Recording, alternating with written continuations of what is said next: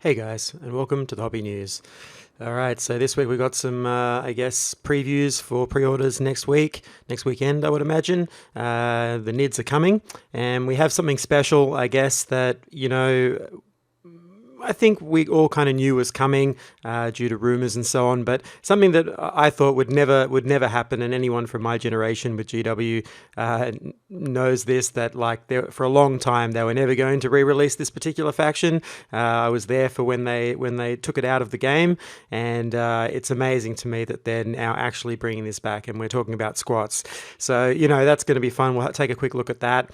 Dwarves in Space has always been a no-brainer to me. I never really understood why they took them out. It's they've got orcs, they've got elves. Why wouldn't you have dwarves? And looks like they're finally waking up to the idea that there is a very staunch group of people that support this idea, this fact, and want to see it in the game, and I think that that'll be great. There's a lot of fun sculpts that you can do with dwarves in space. I mean, it's the some of it, I guess, tropey or kind of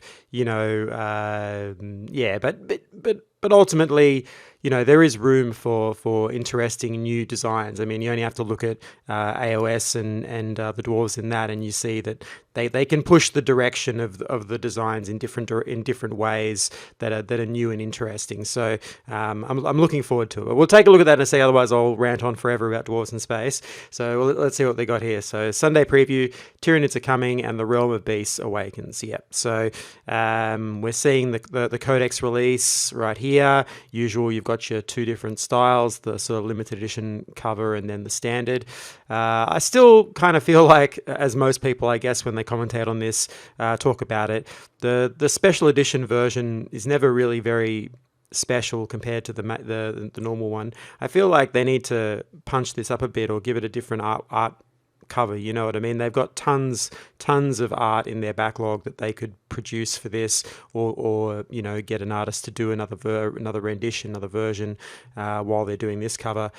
Even just an alternate, have so it's very easy for an artist, because these are all painted digitally most of the time, unless you're one of those really famous artists that still paints in traditional terms, but most of it these days is digital.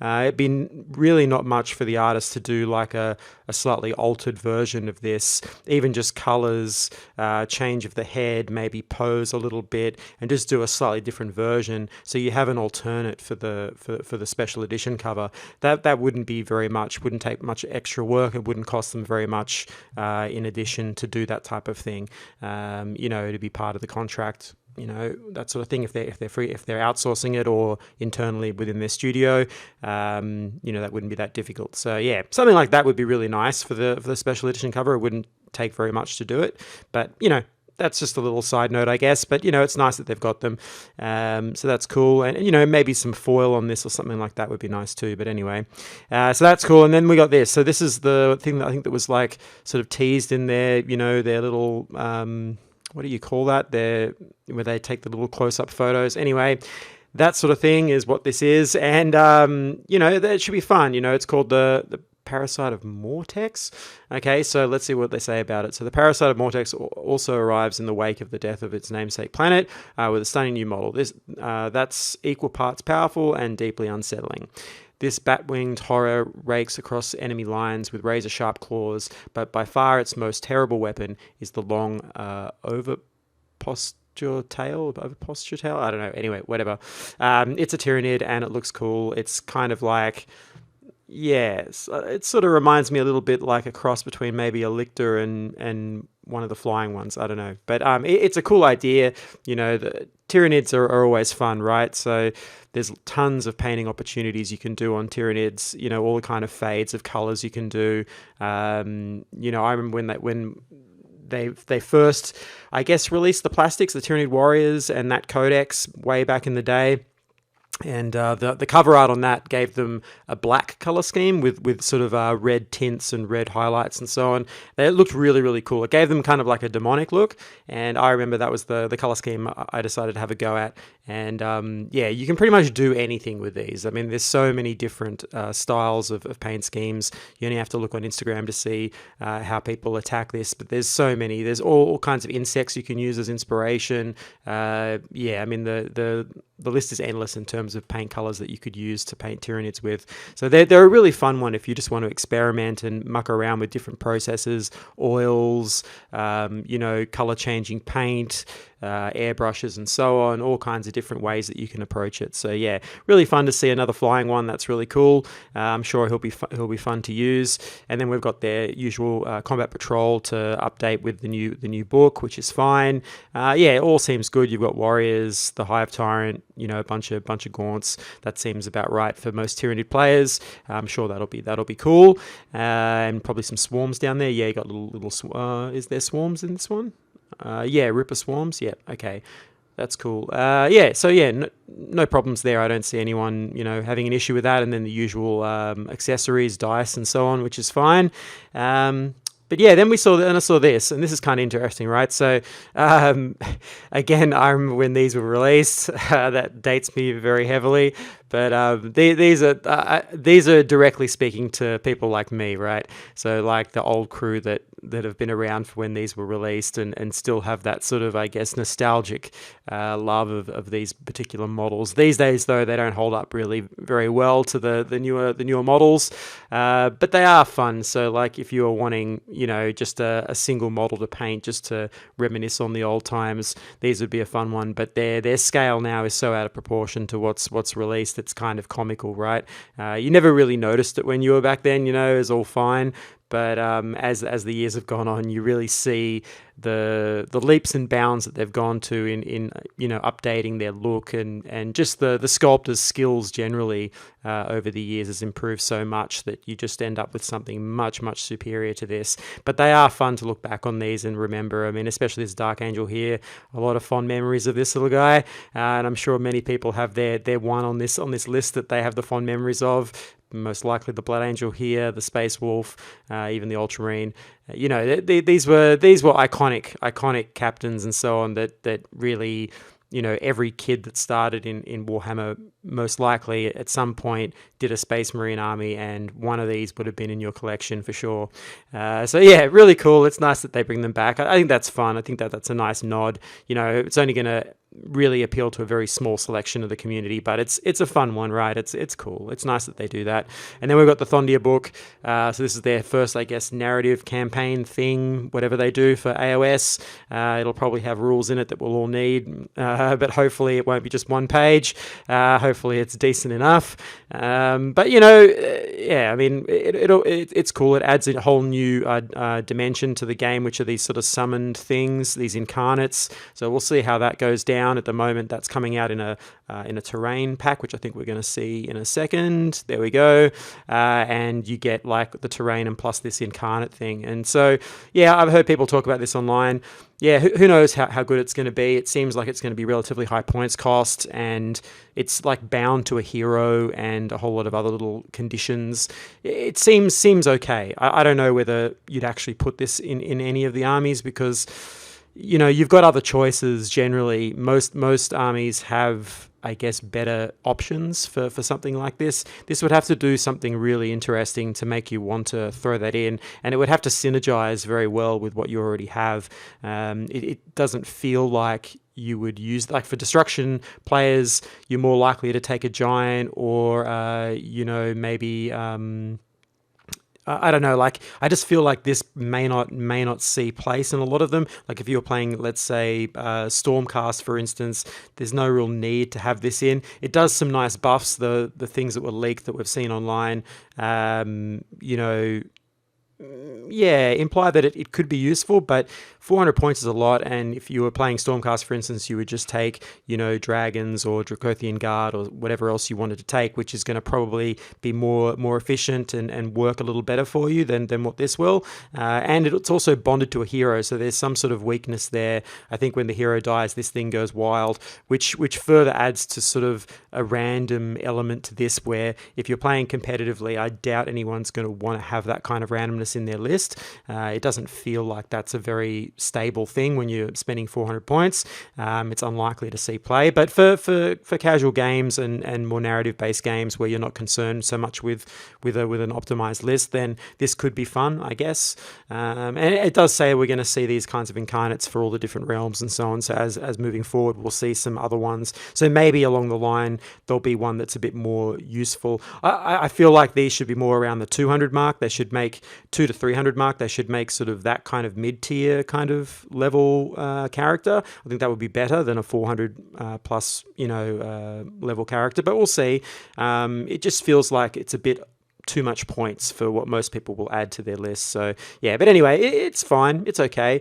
Train pack's all right. Again, this stuff is more, I guess, sort of pretty scenery than functional. You know what I mean? Anyone that's played war games, these kind of pieces generally aren't super useful, but they are nice. Like I like this little floating thing with the water coming down. That's really cool. You could do a really nice little diorama out of that. Same with the statue and so on. So there's some fun elements here, and those that are into that sort of thing will definitely enjoy it. So yeah, pretty cool. And then we've got our usual. So Lord of the Rings does these sort of re-release of old miniatures, as we've seen for 40k there. So this brings back a lot of memories. So I was working for the company back when Lord of the Rings released, and I painted a lot of these. And just looking at this brings me right back to painting in the stores and doing all that. If you're younger, audience, listen to this.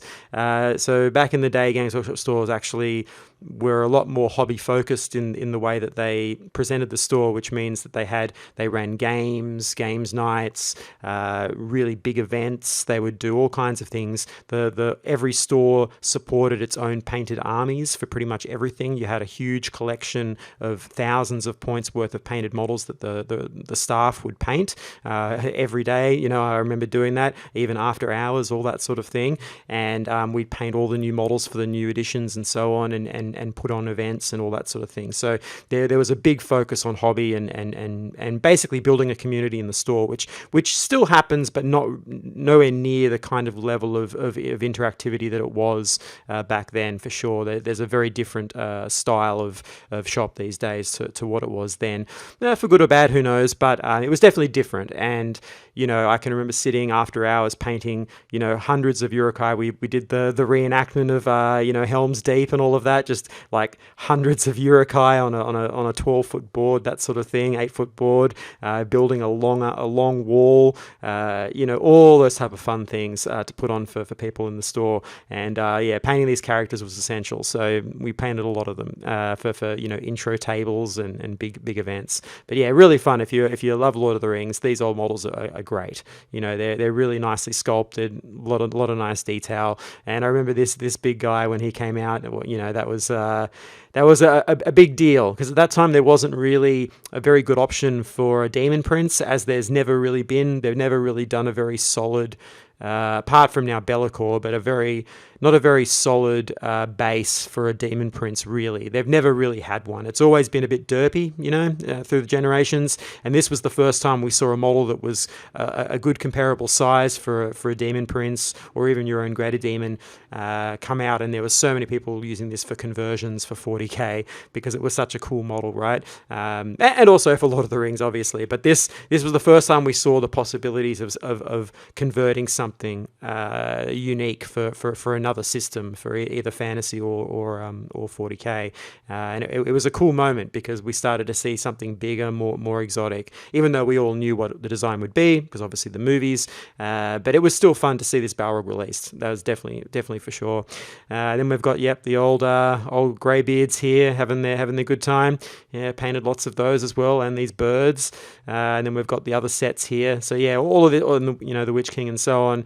A lot of fun to be had in these. So if you're into Lord of the Rings, I'm sure that'll be cool for you. Then we've got White Dwarf and a bunch of books, as always happens here. Yep. And that's pretty much it for that. So all in all, a pretty good batch of releases coming out soon. You'll be able to pre-order those, I guess, next week. But now I think what we'll do is we'll finish up on what I really want to talk about, which is Space Dwarves. Let's take a look. So Squats in Space. So they've re-released it. Pretty sure most of you will have already seen this. They're calling it Leagues of Votann. I think that's how you pronounce it, Votan. So Yeah, I mean, look, it's great. They should have just called them squats, but I don't know. Maybe they want to be more politically correct or something, or they're worried about people taking offense. I don't know. They do say that the Necromundians still call them squats, which is nice. They've kept the word in there, which is really good, because really that's what they are. And considering the group of people that they're potentially selling this to, you just call them squats. You don't need to get rid of the name. It's fine. But I guess they want to do more of that sort of, I imagine more of a multiple guilds kind of dwarf idea where you've got different houses, family houses, and they all come from different houses, like most dwarven, lore is. And so I guess that's what they'll do, which is fine. That's cool. But yeah, really interesting. I like the design that they've gone for here. They seem less, I guess, squat as it is, and they've actually got little legs and so on. So it's kind of a cross between a halfling and a dwarf, really. You've got more lower body anatomy here that's more reminiscent of a human anatomy rather than the usual thing that you get with dwarves, where they're extremely squat and sometimes to the point where their sort of midriff is almost touching the ground in a lot of cases. A lot of dwarven designs are very sort of comical, and their legs are almost sprouting out of their stomachs almost. But here we don't have that. We've got like the full proportioned kind of body, which is really interesting, which means they're probably a little bigger, I guess, than a normal dwarf. Definitely, like they're quite wide at the top, and then you've got these full legs here. So that's really cool. I like that because it gives them more mobility, and it allows the sculptors to design this in more sort of, I guess, action poses, more interesting action poses, because they've got enough anatomy to work with. That's always one of those problems with dwarves, is that there's not a lot of poses you can do with them. You sort of have, weapon raised in the air, kind of walking forward. You never really get an action pose out of a dwarf, even though in all of the stories you hear about how dynamic they are and how just balls of violence that they can be, and you never really see that in the model. It's very hard to create a dynamic pose with such a compact set of anatomy. But with this, they've got a bit more room to move, so we should see maybe some interesting sculpts out of this, which would be really fun. And I like the design of the sci-fi, accessories here, all this little armor and so on. It's a nice idea. I like the sort of collar that we've got going around the head there, and it does say that they use a lot of Dark Age technology. They've kept a lot of it, which is really cool, because in the end these are humans, right? So in 40k lore, if you don't know, these are actually humans. They've just been living on worlds where the gravity has made them this way over time. As far as I know, that's still the lore. So they're sort of they call them cousins. So they're sort of genetically their ancestors were human, basically, and so I really hope that they dig into this and give it some unique flavor. Bring a little bit of that wacky wild idea that they do for AOS compared to fantasy, and they bring a bit of that across into 40k with this, and have a chance to sort of break out of the usual, I guess, sort of design aesthetics and find some new stuff, just like they've been doing with Necromunda. They're really branching out, doing large bugs and buggies and all that kind of thing, which is really interesting, and bringing a bit of that kind of flavor and ethos into something like this would be really cool. And for the audience, again, that are going to buy this, generally, that's the kind of thing we want to see. We like to go into all of that sort of, I guess, this is sort of harking back to that earlier time where everything was a bit like Necromunda, where you had a lot of wacky, wild designs and interesting little bits and pieces going on the models. And this is their chance to sort of do that. But I guess, as we can see here, because it is 40k and it's got to be a cohesive design style for an army, it is going to be a little bit more homogenized. But, as you can see with all the armor and so on, we're going to see this type of design aesthetic across all of them, I would imagine. That's probably going to be the case, but hopefully with the heroes and so on, we'll see some interesting stuff, and maybe some unique elite units or vehicles where you'll see the sort of the flourish of design. So yeah, really fun. I can't wait for these. I'll definitely paint some for the channel. You'll see that on the channel at some point when I get around to it, but I'll definitely do it because who doesn't love a dwarf in space? So yeah, I guess that's it. Hope you've enjoyed this. Please hit that like button, subscribe button. It really helps me out, and I guess I'll catch you on the next one.